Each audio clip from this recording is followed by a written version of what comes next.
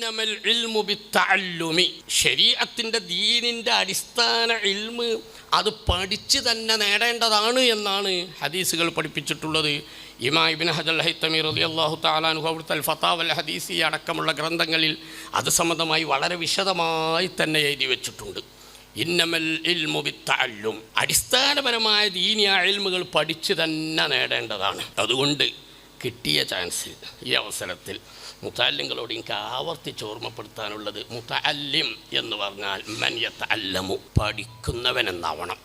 മർമ്മം പഠനം തന്നെയാവണം. പഠനത്തിലാവുമ്പോൾ അതിലൊരു കൂടുതൽ ആവേശം കിട്ടാൻ വേണ്ടി, അതിൽ നശാത്ത് കിട്ടാൻ വേണ്ടി അതിന് സഹായമായ മറ്റു കാര്യങ്ങളിൽ സമയം പോലെ ഇടപെടുന്നത് തെറ്റാണ് എന്ന് ഞാൻ പറയുന്നില്ല. പക്ഷെ അതൊക്കെ തഅല്ലുമിൻ്റെ ദീനി ഇൽമിൻ്റെ പഠനത്തിൽ ആവേശം കിട്ടാനും അവിടെ ഒരു അലസത വരാതെ കൂടുതൽ ആവേശത്തോടുകൂടെ മുന്നേറ്റം നടത്താനും വേണ്ടിയാവണം.